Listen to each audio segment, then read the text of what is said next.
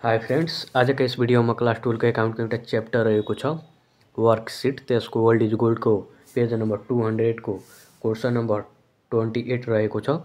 त्यसको सल्युसन गर्न गइरहेको छु। ध्यान दिएर भिडियो राम्रोसँग हेर्नु होला। ल सबैभन्दा पहिला वर्कशीट को फर्मेट बनाउनु होला। Serial number, particular, unadjusted trial balance, adjustment trial balance, adjusted trial balance, income statement र बैलेंस शीट गरेर फर्मेट बनाउनु होला। र त्यसपछि यो ट्रायल बैलेंस में जो क्वेश्चन दिएको छ त्यो यहाँ कपी पेस्ट गर्नु होला। अनएडजस्टेड ट्रायल बैलेंस में पार्टिकुलर में आइटमहरुको नेम लेख्नु होला र त्यसको अमाउन्ट डीआर में छ भने डीआर में र त्यसको अमाउन्ट सीआर में छ भने सीआर में राख्नु होला। र एडजस्टमेंट में यो एडिशनल इन्फर्मेसन का कुराहरु राख्नु होला। जस्तै एडिशनल इन्फर्मेसन में के भनेको छ, commission earned but not received भनेको छ। सो यहाँ commission earned but not received राख्नु होला। त्यसपछि प्रीपेड रेंट वाज एक्सपायर्ड भनेको छ, प्रीपेड रेंट वाज एक्सपायर्ड पनि राख्नु होला। ल अब यो एडजस्टमेंट को माथि को इन्फर्मेसनहरु यो सबै लास्ट इयर को इन्फर्मेसनहरु हुन्छ र एडजस्टमेंट को तल को इन्फर्मेसन करेन्ट इयर को इन्फर्मेसनहरु हुन्छ। ल अब यो लास्ट इयर को इन्फर्मेसन में केही एडजस्टमेंट गरेर यसलाई एडजस्टेड गर्नुपर्छ के त करेन्ट इयर को इन्फर्मेसन बनाउनु पर्छ। ल यति क्लियरली बुझ्नु होला। अब यो एडिशनल इन्फर्मेसन का कुराहरु हेर्नु होला। के भनेको छ, commission earned but not receive, commission कमाए तर रिसिभ्ड भएन, कमिसन कमाए तर रिसिभ्ड भएन। अब यो हामी लास्ट इयर में कति कमिसन कमाएको थियो, कमिसन इन्कम यहाँ दिएको छ, कमिसन इन्कम 10,000, लास्ट इयर में 10,000 कमाएको थियो। अनि करेन्ट इयर में कति कमाए यहाँ एडिशनल में हेर्नु होला। Commission earned but not received 3,000, current year में 3,000 कमाए तर पाएन। अब 3,000 कमाए तर पाएन। अब यो 3,000 फेरि 3,000 प्लस 10,000 गर्नु होला, 13,000। टोटल हामी कमिसन कति कमाए, 13,000। सो यो 3,000 यो कमिसन इन्कम में गएर एड गर्नुपर्छ, जोड्नुपर्छ 3,000। यसको अमाउन्ट सीआर साइड में छ भने यसलाई जोड्नु छ भने कहाँ राख्नु होला, एडजस्टमेंट को सीआर साइड में 3,000 राख्नु होला। 3,000 किनभने उल्टो सुल्टो जोडिन्छ र उल्टो घटाइन्छ। सीआर र सीआर जोडिन्छ र सीआर र डीआर घटाइन्छ र डीआर र डीआर जोडिन्छ र डीआर र सीआर घटाइन्छ। त्यसपछि प्रिपेड रेंट वाज एक्सपायर्ड भनेको छ। यस्तो कुराले के गर्छ, घटाउँछ। घटाउँछ भने यसको अमाउन्ट कति दिएको छ हेर्नु होला। Prepaid rent 6,000 was expired. अब यो 6,000 कहाँ प्रिपेड रेंटबाट गएर लेस गर्नुपर्छ, घटाउनुपर्छ। सो यहाँ प्रिपेड रेंट हेर्नु होला कहाँ दिएको छ, यहाँ प्रिपेड रेंट दिएको छ, यसमा गएर 6,000 घटाउनु होला। अब यसको अमाउन्ट डीआर साइड में दिएको छ भने यसले घटाउनु छ भने कहाँ राख्नु होला, सीआर साइड में 6,000 सीआर साइड में राख्नु होला। ल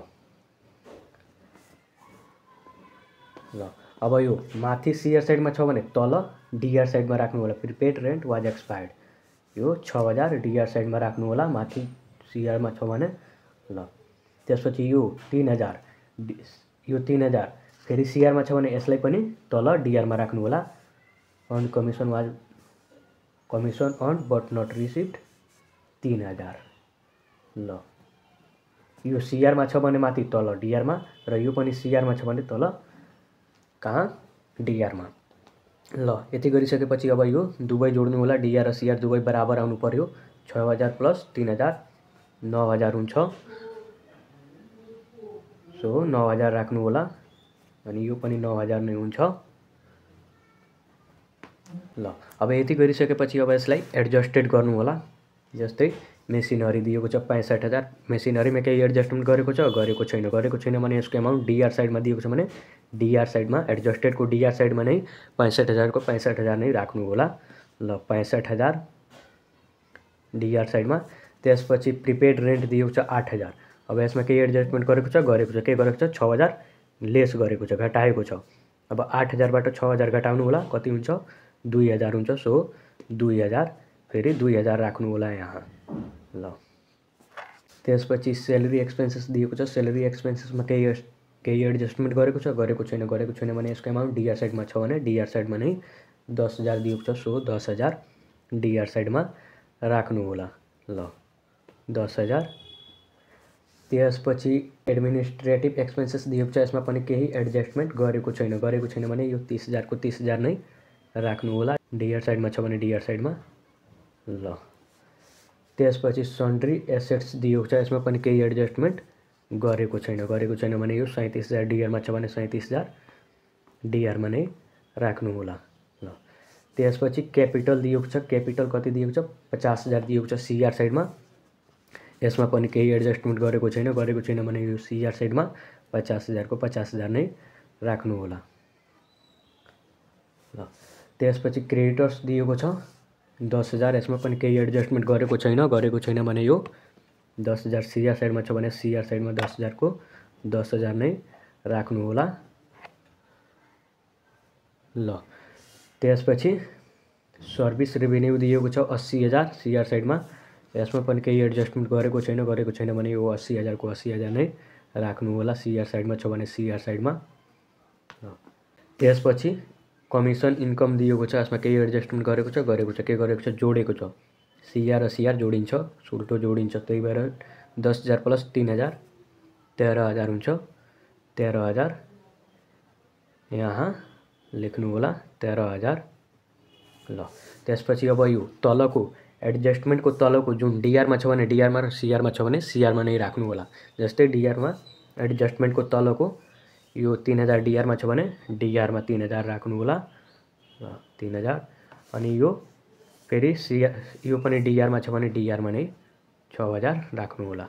ल यति गरिसकेपछि अब यो डिआर र सिआर दुवै जोड्नु होला, दुवै बराबर आउनु पर्यो। ल जोड्नु होला, बराबर नै आउँछ। ल 65,000 plus 65,000 plus 2,000 plus 10,000 plus 30,000 plus 37,000 plus 3,000 plus 6,000, यो टोटल 1,53,000 आइरहेको छ डिआर साइडको, अनि सिआर साइडको पनि 1,53,000 नै आउनु पर्यो। सो यहाँ टोटलमा राख्नु होला 1,53,000, 1,53,000। ल यो पनि 1,53,000 नै आउनु पर्यो सिआर साइडको। सो जोड्नु होला 50,000 प्लस 10,000 प्लस 80,000 प्लस 13,000, यो पनि 1,53,000 आइरहेको छ। सो यहाँ पनि 1,53,000 राख्नु होला। ल अब यति गरिसकेपछि अब इन्कम स्टेटमेन्टमा कस्तो आइटम जान्छ र ब्यालेन्स सिटमा कस्तो आइटम जान्छ, पहिला तपाईहरुले फाइनल अकाउन्ट पढ्नु भएको होला, त्यहाँ त्यहाँ ट्रेडिङ अकाउन्ट र पीएल अकाउन्टमा जुन आइटमहरु जान्थ्यो त्यो सबै यहाँ इन्कम स्टेटमेन्टमा जान्छ र ब्यालेन्स सिटमा जुन आइटमहरु जान्थ्यो त्यो ब्यालेन्स सिटमा नै जान्छ।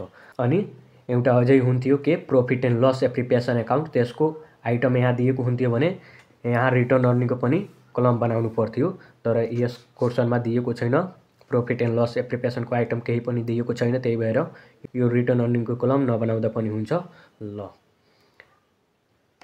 ल अब यो मेसिनरी के हो, हाम्रो एसेट्स हो। एसेट्स हो भने कहाँ जान्छ, ब्यालेन्स सिटको एसेट साइडमा जान्छ। ल फेरि यहाँको अमाउन्ट नहेर्नु होला, अनएडजस्टेड ट्रायल ब्यालेन्सको अमाउन्ट नहेर्नु होला, यो एडजस्टेड ट्रायल ब्यालेन्सको अमाउन्ट हेर्नु होला। मेसिनरी कति दिएको छ, 65,000 दिएको छ। सो 65,000 मेसिनरी के हो, हाम्रो एसेट्स हो। एसेट्स हो भने कहाँ जान्छ, ब्यालेन्स सिटको एसेट साइडमा जान्छ 65,000। ल 65,000 राख्नु होला। र त्यसपछि प्रिपेड रेन्ट दिएको छ। प्रिपेड रेन्ट के हो, हाम्रो प्रिपेड भनेको पहिला नै तिरिसकेको रेन्ट हो। सो यो हाम्रो एसेट्स हो, यो कहाँ जान्छ, ब्यालेन्स सिटको एसेट साइडमा। यसको अमाउन्ट कति दिएको छ, 2,000 दिएको छ। सो 2,000 एसेट साइडमा राख्नु होला प्रिपेड रेन्ट। ल त्यसपछि स्यालेरी एक्सपेन्सेस। अब स्यालेरी एक्सपेन्सेस के हो, यो पीएल अकाउन्टको आइटम हो, त्यही भएर यो कहाँ जान्छ, इन्कम स्टेटमेन्टको डीआर साइडमा जान्छ। ल स्यालेरी एक्सपेन्सेस कति दिएको छ, 10,000 दिएको छ। सो 10,000 यो डीआर साइडमा छ भने यो डीआर साइडमा नै जान्छ, 10,000 इन्कम स्टेटमेन्टको डीआर साइडमा स्यालेरी एक्सपेन्सेस।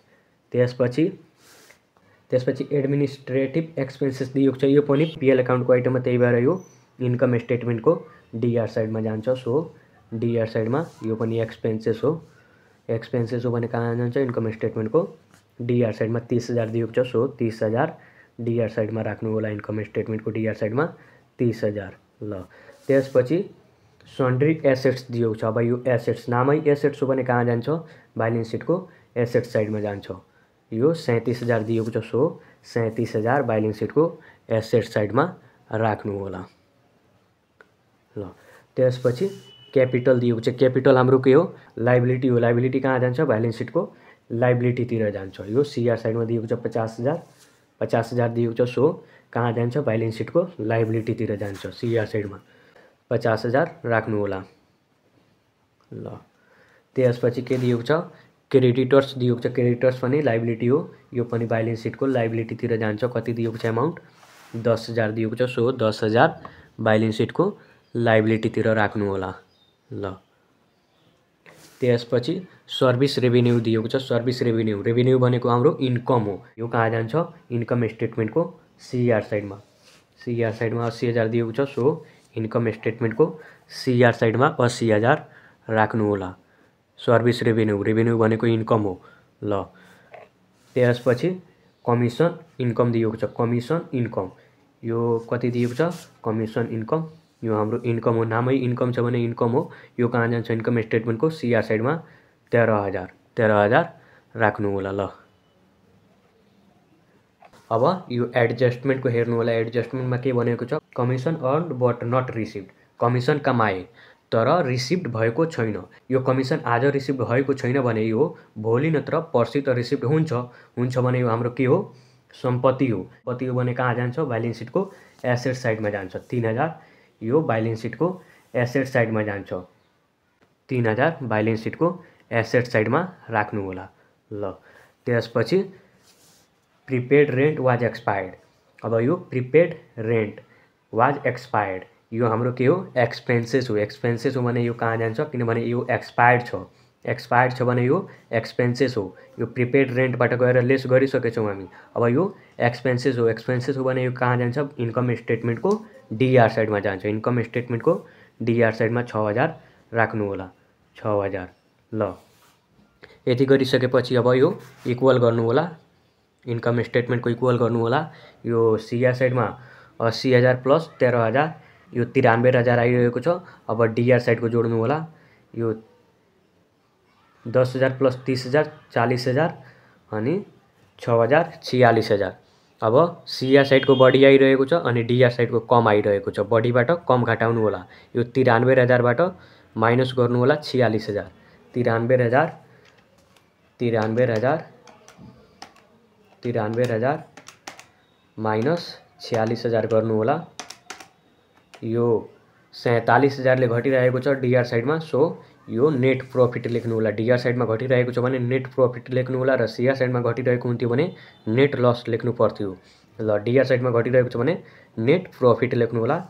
47,000 यहाँ राख्नु होला। 47,000ले घटिरहेको छ किनभने यो इन्कम स्टेटमेन्टको सीआर साइडको 93,000 आइरहेको छ टोटल अनि यो 46,000। 93,000बाट 46,000 घटाउनु होला। 47,000ले घटिरहेको छ। 47,000 यहाँ राख्नु होला अनि नेट प्रॉफिट लेख्नु होला। Net profit